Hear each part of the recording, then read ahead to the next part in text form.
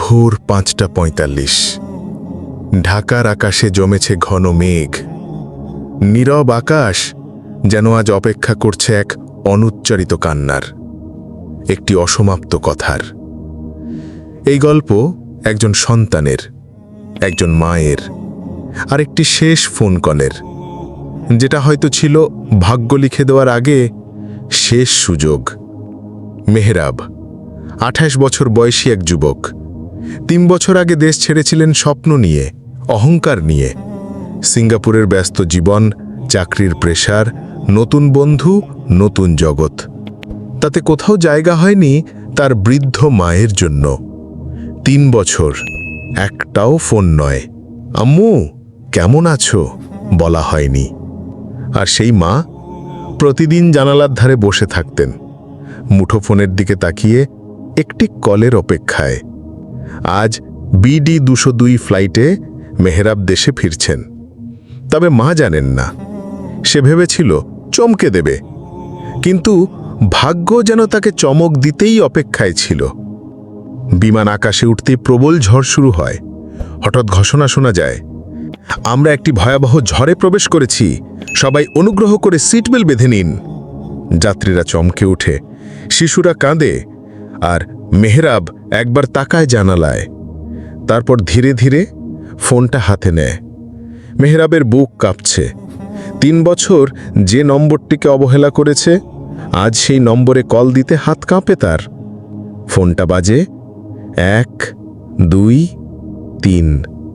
তারপর ওপাশ থেকে এক কাঁপা কণ্ঠ, হ্যালো, কে?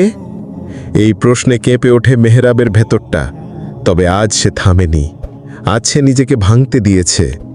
মেহরাব বলে, আম্মু, আমি মেহরাব। মায়ের নিঃশ্বাস যেন থেমে যায়। তারপর ভাঙা গলায় বলে, তুই ফোন করেছিস? তুই ঠিক আছিস তো বাবা? ৩ বছর অপেক্ষার পর সেই কণ্ঠ আবার তার ছেলের মুখ থেকে আসে। কিন্তু ঠিক তখনই চারপাশ অস্থির। বিমান দুলছে, নেমে যাচ্ছে নিচে। মেহরাব বলে, আম্মু, যদি কিছু হয় আমার কবরটা তোমার পাশে দিও। ও পাশে কান্নার শব্দ নয়, বুক ফাটা আর্তনাদ। না বাবা, তুই মরবি না। আমি জানি আল্লাহ তোকে ফিরিয়ে আনবে। আমি এখনো তোকে জড়িয়ে ধরিনি।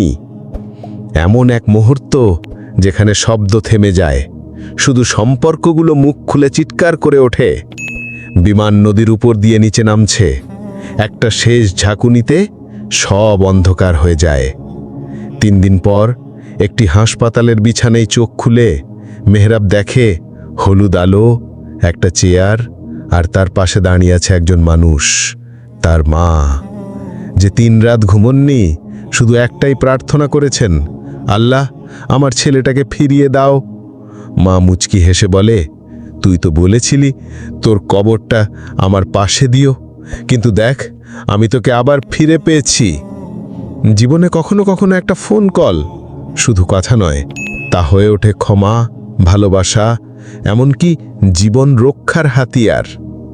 আপনি কি আজও কারো কাছে ফিরে যেতে চান, কিন্তু ইগো আপনাকে আটকে রেখেছে?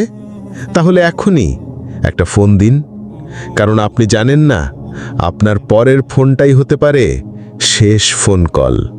বন্ধুরা, এই গল্প যদি আপনার চোখে জল আনে, তাহলে দয়া করে চ্যানেলটিকে সাবস্ক্রাইব করুন। কমেন্টে শুধু লিখুন, আম্মু আমি তোকে ভালোবাসি। আপনার শেয়ার করা একটা ভিডিও আরেকটি সন্তানকে ফিরিয়ে দিতে পারে তার মায়ের কাছে।